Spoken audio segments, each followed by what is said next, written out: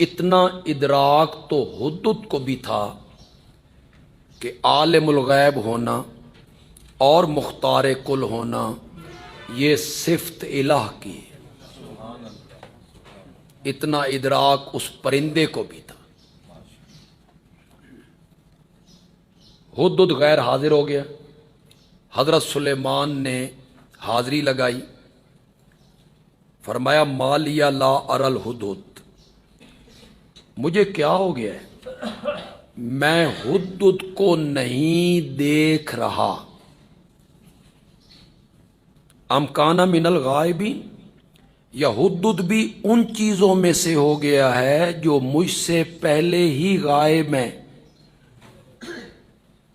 میں شہری لوگوں سے کہوں گا جو یہاں تشریف لائے ہیں ہماری کلاس میں یا فیس بک کے ذریعے وہ مجھے سن رہے ہیں کہ اللہ کے لیے قرآن ترجمے کے ساتھ پڑھا کرو،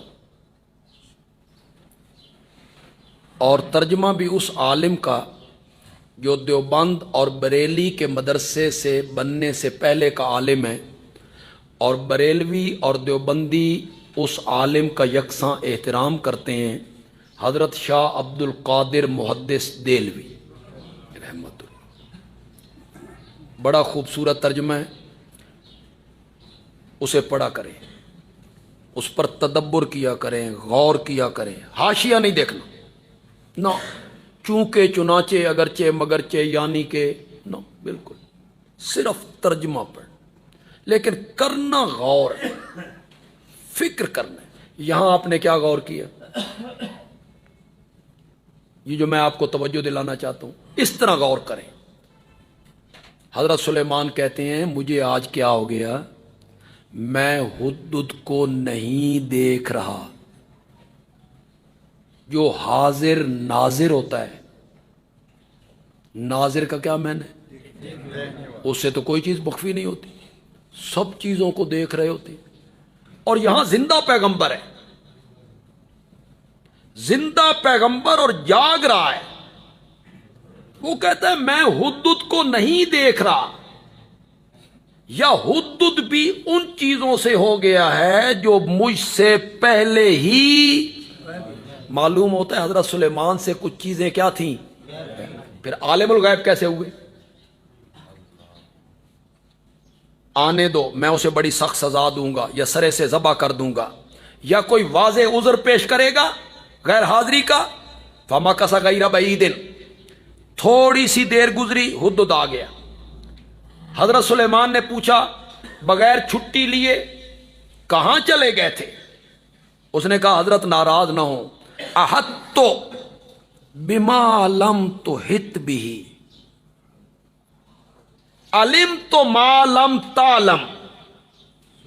مفسرین نے معنی کیا، احطت بما لم تحط به علمت ما لم تعلم، میں وہاں کی معلومات کر کے آیا ہوں جس جگہ کا آپ کو بھی پتہ کوئی نہیں۔ بڑا وہابی ہے بھائی، بڑا وہابی ہے، نبی کے سامنے کہتا ہے جس کا آپ کو پتہ۔ احطت بما لم تحط به علمت ما لم تعلم۔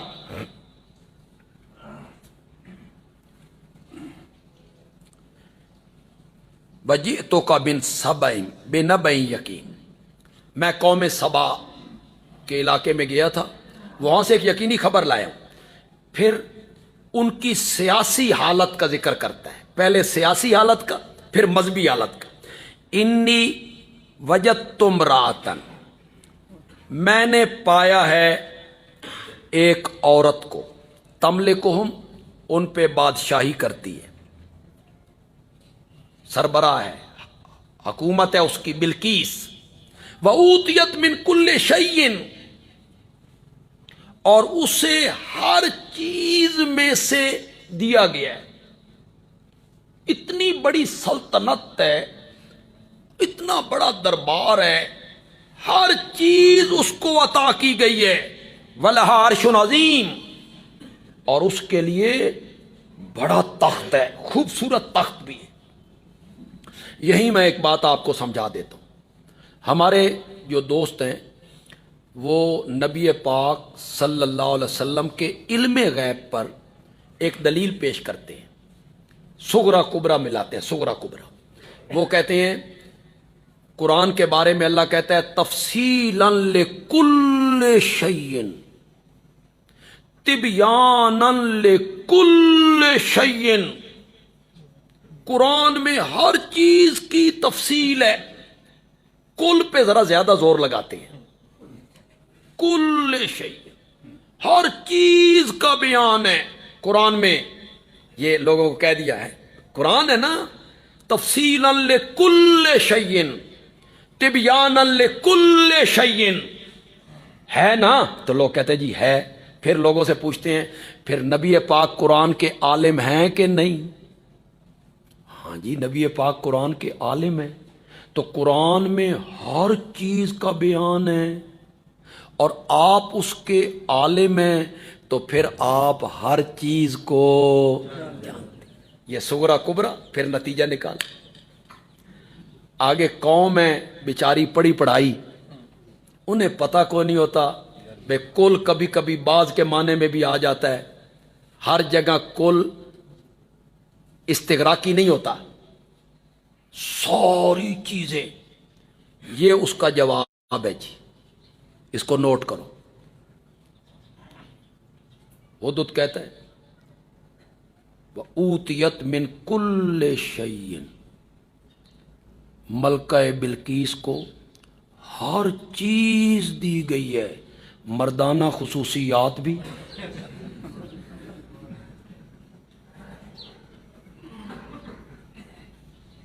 نبوت بھی، رسالت بھی، سلیمان کی حکومت بھی، تخت بھی۔ کرو میں نہ من کل شیء کا، تم کہتے ہو کل سے ہر چیز مراد ہوتی، وَأُوتِيَتْ مِنْ كُلِّ شَيْءٍ، تو یہاں بعض مراد ہوگی کہ ضرورت کی جتنی چیزیں ہوتی ہیں وہ یہ مراد ہوتا ہے۔ اچھا آپ لاہور جائیں، بڑے شوق سے جائیں، بڑی سیر کریں، آپ شاہی مسجد گئے، قلعے گئے، چڑیا گھر گئے، مینار پاکستان گئے، پھرتے رہے آپ، میٹرو پہ آپ چڑھے، اورنج ٹرین پہ چڑھے، واپس آئے تو دوستوں نے پوچھا سنا کیسی رہی سیر؟ آپ نے کہا لاہور دا چپا چپا چھان مارے، بہت زیادہ سیر کی نا، چپا چپا چھان مارا ہے۔ اس کا مطلب یہ ہوتا ہے کہ لاہور میں کوئی جگہ 4 انگلی کے برابر نہیں جتھے میرے پیر نہیں لگے، یہی معنی ہوتا اس کا، یہ اطلاق کر دیتے ہیں۔ تو وہاں بھی تبیانا لکل شیء، قرآن میں ہر چیز کا بیان ہے، ٹیکسلے دا بھی ذکر ہے اس دے وچ، حسن عبدال دا بھی اس دے وچ ذکر ہے، پاکستان دا بھی ہے تے پنجاب دا بھی ہے۔ اے اللہ کے بندو خوف خدا کرو، کل شیء کا یہ میں نے تبیانا لکل شیء اور تفصیلا لکل شیء، اے من ضروریات الدین، بزاوی اٹھاؤ، جلالین اٹھاؤ، رول مانی، کوئی سی تفسیر اٹھاؤ آپ، وہاں مفسرین کیا لکھتے ہیں؟ من ضروریات الدین، دین کی جتنی ضروری باتیں ہیں ان کا قرآن میں کیا ہے؟ ذکر ہے۔ جب اس نے سیاسی حالت کا ذکر کر لیا تو اب ان کی مذہبی حالت کا ذکر کرتا ہے۔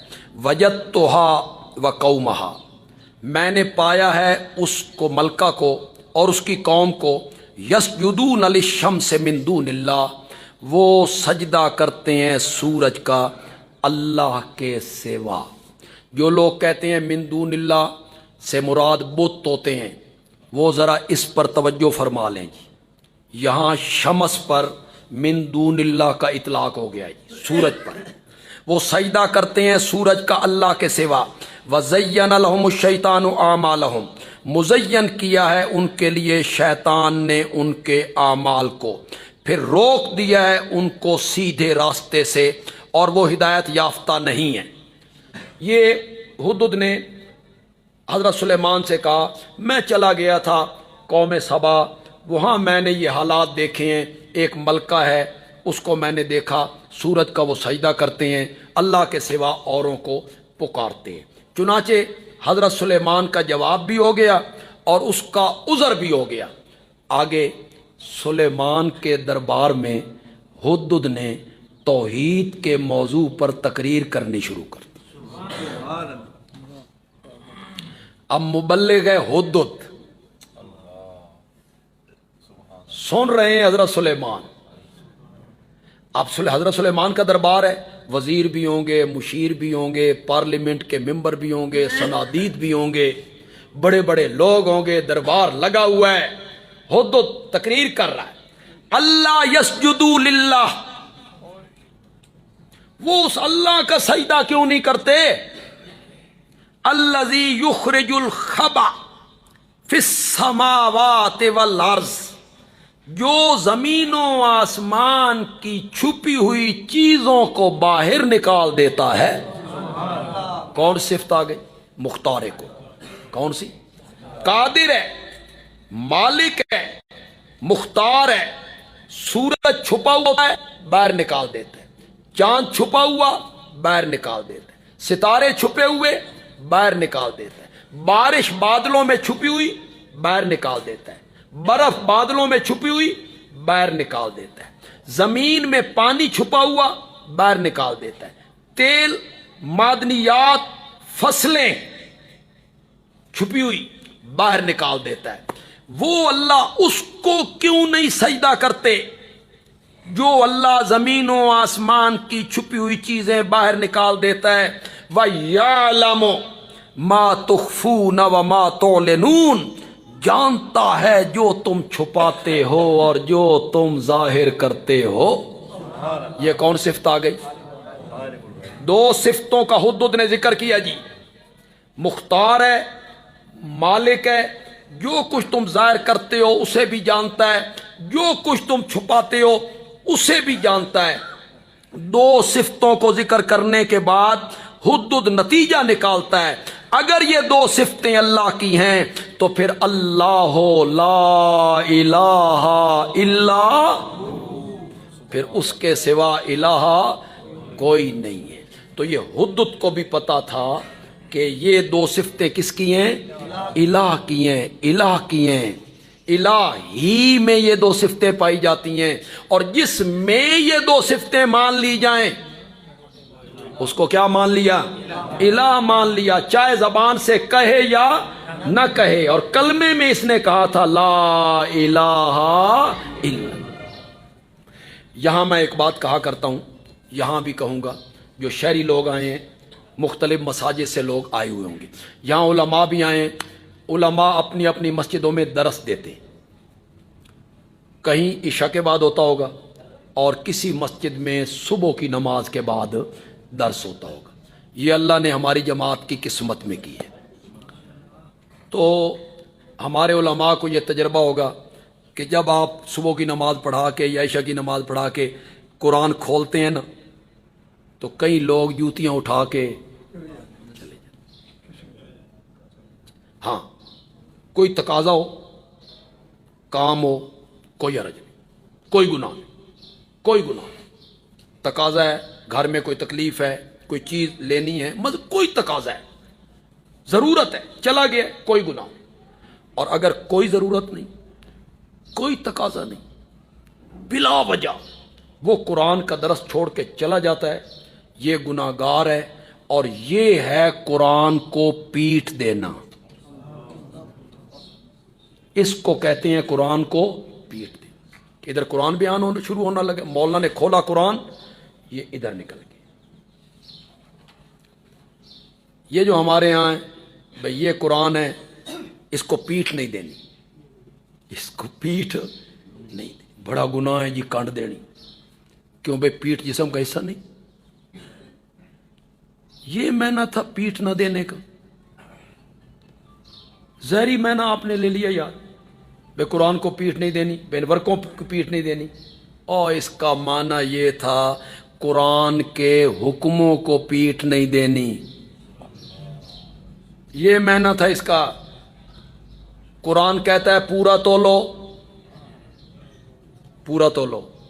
قرآن کہتا ہے جھوٹ نہ بولو، عمل کرو. قرآن کہتا ہے سود چھوڑ دو، رشوت کا کاروبار نہ کرو، کسی کا مال حرام طریقے سے نہ کھاؤ، یتیموں کا مال حرام طریقے سے نہ کھاؤ. یہ میں نہ تھا. کیا بات ہے پاکستانیوں کی. لفظ تو میں تھوڑا سا سخت بول رہا ہوں. سارا دن قرآن کے حکموں کو پاؤں کی ٹھوکر سے اڑانا ہے، سارا دن.